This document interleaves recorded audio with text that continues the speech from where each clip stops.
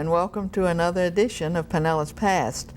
I'm Winona Jones, with the host for this show, and I hope you'll remember that our last show was on the Clearwater Bombers and a lot about some of the players and so forth, and we're fortunate enough to have two of them to come back tonight and tell us some more about those great softball days in Clearwater.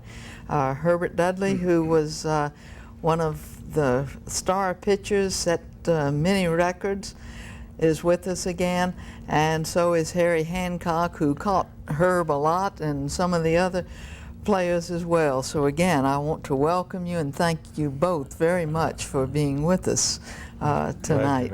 Pleasure to be back.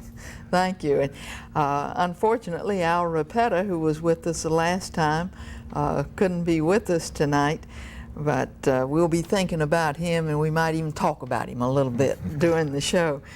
Well, those were golden days in the whole softball annals when you all were playing for the teams. Harry, how many years did you actually play with the Bombers? Do you remember the years? Well, if you count the years, they were the Blackman Bombers, probably 15 or 17 years. I guess I'd hit it in there about right. Okay. And do you remember when you started? Well, I started with the original Blackman Bombers, but it really got kind of started a little before World War II. Eddie Moore he ran a senior league, and we also picked all-star team and played in the district tournament. And that year, I believe in 1941, we didn't make it. We got beat out by St. Pete. They used to have district tournaments and didn't have double elimination, and you lost one game and you're out. But fortunate, Herbert and I got picked up with St. Pete, which was Reek and Fleece at that time. A lumber company had sponsored, and we got picked up to go to the World Tournament in Detroit, and that was in 1941, and I guess that'd make me about 16, 17 years old, and still in high school. I was right. So we went, and unfortunate, I know we talked about it last time, I got sick. I never got to play because I was really wanting to get home because I got sick, and in that days you only played one game. I mean, you got eliminated in one game, and that's what happened to us. We got beat I think the team won the tournament that beat us, but it was kind of a long trip. We had on a bus. Had a girls team, Archall from St. Pete. They were on the bus. They'd won the state tournament, and I can't remember how they did, but that's when it really got started. And then we all went in service, and when we came back in the year of 46, we picked up, and most all the people were local people, and that's where it got its foundation. It was built on that. To stay competitive, you have to pick up new players because other people are going to do the same, and that's what happened over I'd say 25 years. Even though I wasn't associated, you just have to keep improving yourself. You can't just sit there or you won't win. Right. So I would say roughly 15 years, because I played away from here 4 years, and then I came back, and then I was about 39 when I quit, so I was old enough. Okay. And of course, I know that Herb was with the team for a good many years. About 13. I don't think I played about 13. Okay, because you left for a while. I left and started playing other places. Right, and then didn't you come back and play? 1 year. Okay. Just 1 year. Okay, well, I just wondered. Yeah. Well, we were talking before we actually started the show, and I said it'd have been great if we could have just been videotaping all of that, because you all were talking about how the players got on the team and so forth. Would you all tell all of us how they selected the people who played and so forth? Well, the truth is, if they ever got a hit off Herbert, he wanted to bring them to Clearwater. So Yes, But like he says, if you're going to play and be competitive, you've got to keep trying to improve your teams.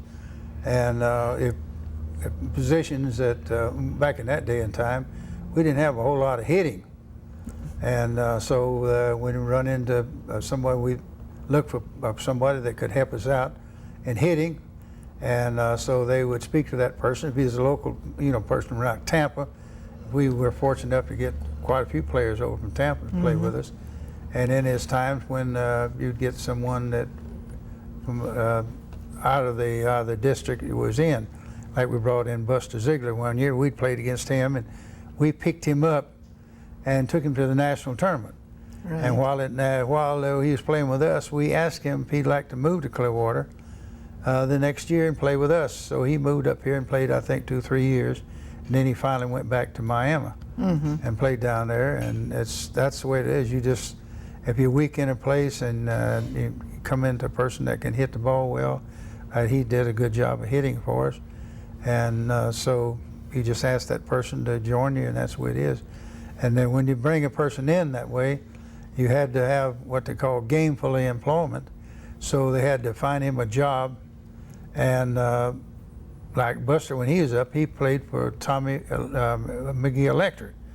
He worked for Tommy Electric, while he was playing with us. And so Tommy paid him just like he would pay, any of his other players. We worked. He said Buster was a very good worker. He said Buster jump off that truck in the afternoon, grab a broom, and start sweeping the floor and doing everything else around there. Said he was a real good worker. Buster was. But that's the way we got new players over the years. You got I know we got Hunter in 1950. He came down. I think he worked for Frank White Pontiac. I think he had his first job, I think, working there. Now, where did he come from? Either he came from Tennessee, up by it was close to Nashville. He either started there or he started with A.G. Smith Concrete, and he worked. John, I know, was a concrete salesman for him for a while. By the way, I was talking to someone about John, and I was going to try to get John to go on this program.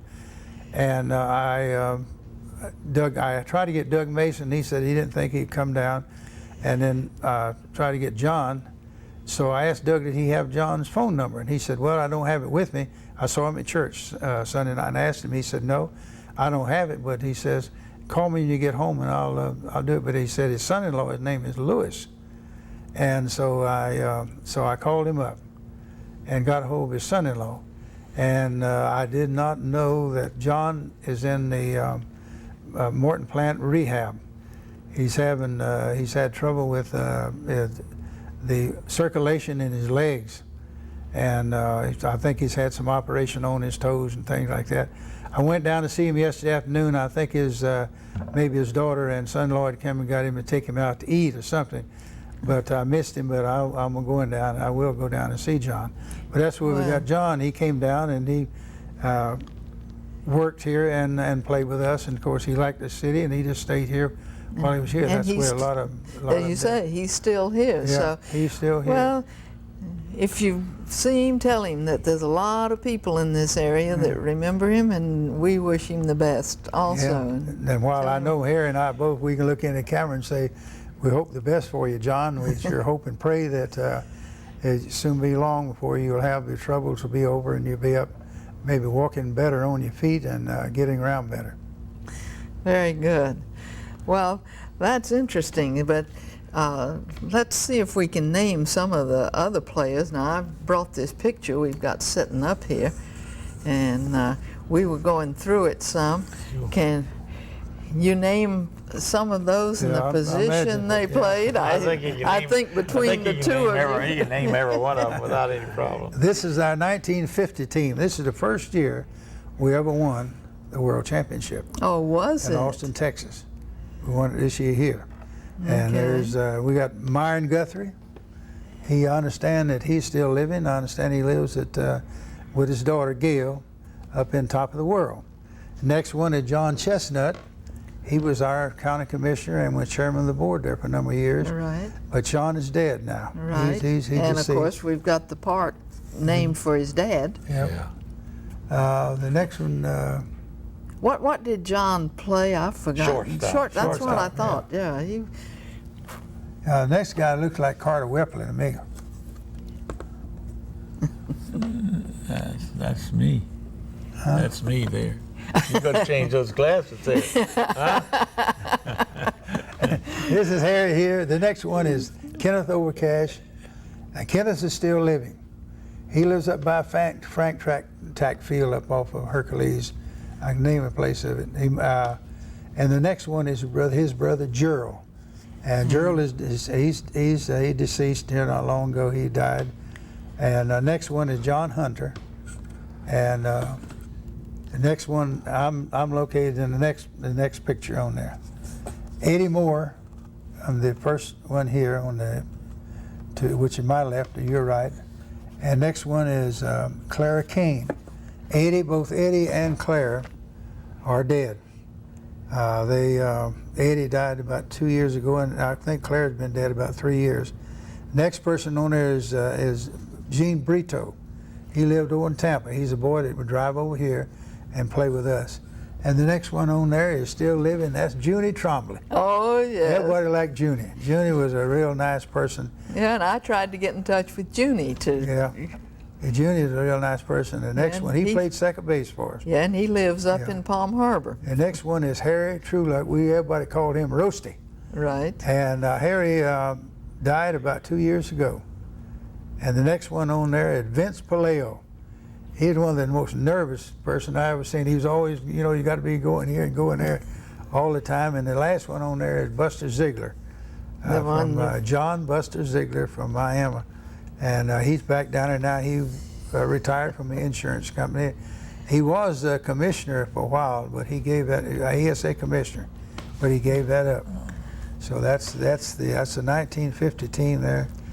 And that was the first year you won First year we won the national championship. We were runners up the year before, 1949, but that's the first year we won it. Let's see. Yeah, we went to. I don't think we were scored on that tournament. I don't think we were scored on in the tournament. I think we went through. Probably couldn't have won if we got scored on. Yeah, that's the reason we won. Well, I think there were a few games like that. No, we had some pretty good hitting on that team. Good. Yeah. So you won that one.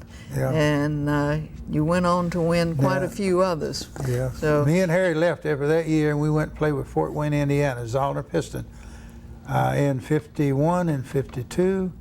I came back in 53 and started teaching out in high school, and Harry stayed up 2 years after I did with Fort Wayne. Okay. Well, with that information, why don't we take a break now? And we'll come back and talk about some other people connected with the team after a short break. So we'll be right back.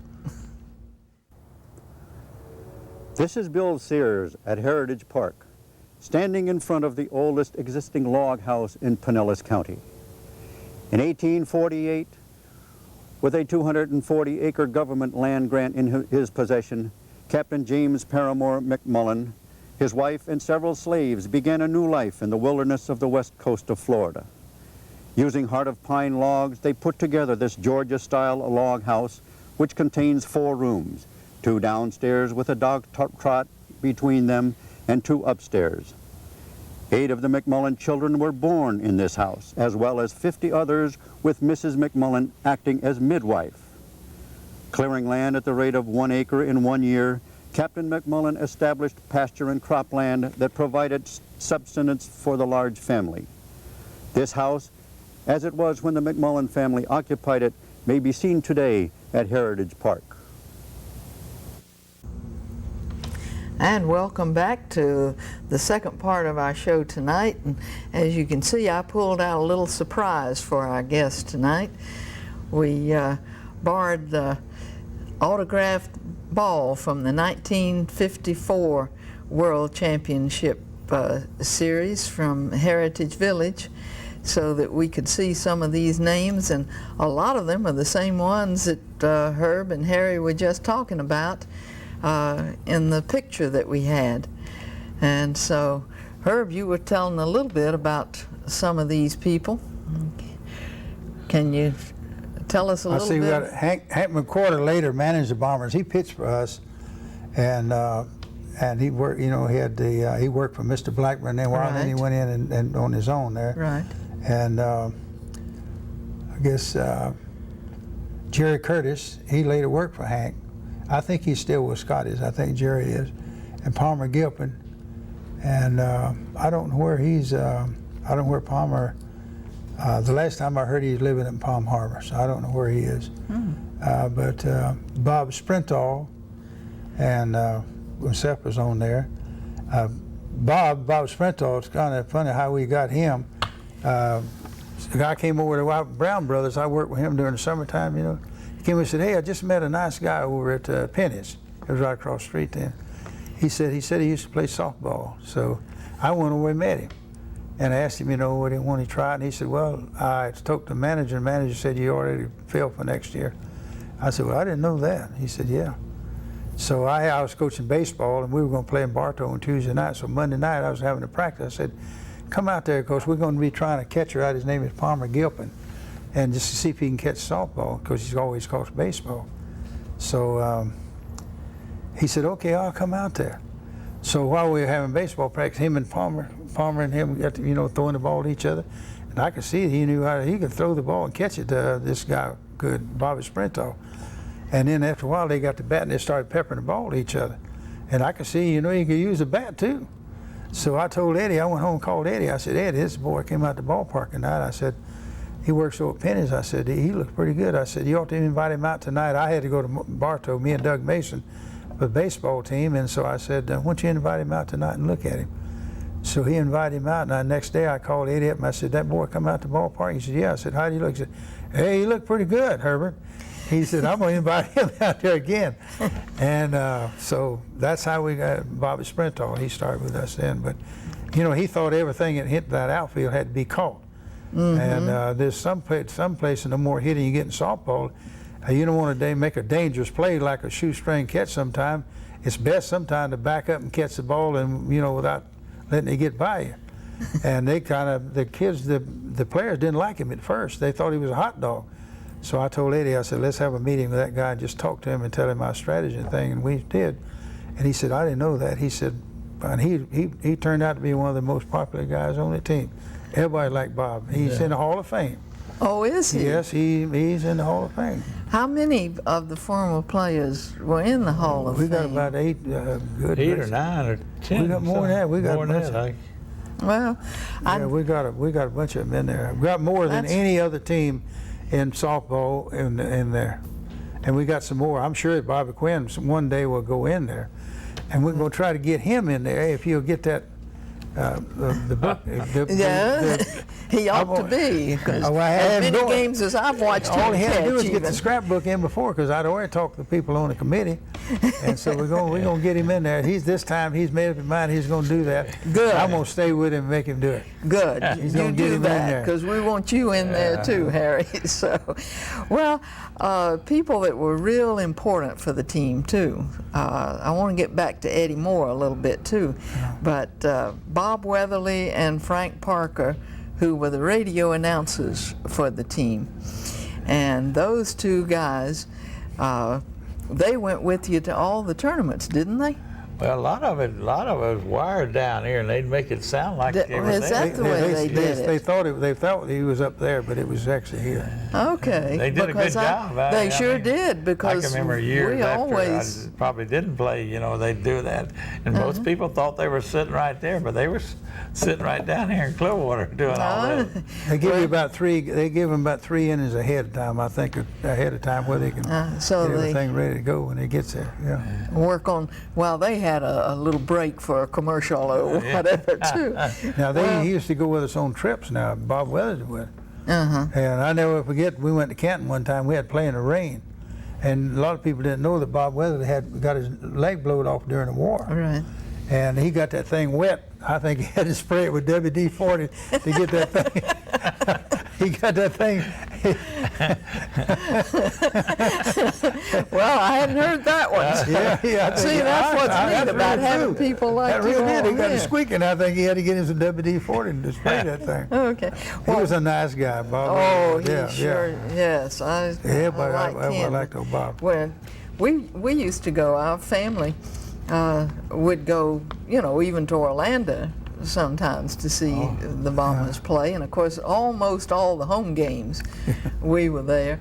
But it was always a pleasure to hear that game when you, especially in a tournament, and you still felt like you were there, and everybody, it was like we knew every one of those players. So well, they really made it real. I mean, they sure really did. So I wanted to mention them. And then, of course, you couldn't have a game if you didn't have that field announcer there at the ballpark to let people know. And of course, that was John Moore. Yeah. And what was that he used to always say to start the game? Good evening, Mr. Guthrie. Good morning or good evening. And it was always very slow and Yeah. all, but that's when we knew it was about time to get started with the game. So those people were important. And then you all were telling us in this pre-show when we were talking about the boosters. And this booklet that I brought is from the '53 regional tournament, and it's got the names of all the commissioners and the mayor. And when you were looking at this, you said that, of course, you knew all of those, and they were strong supporters of the team.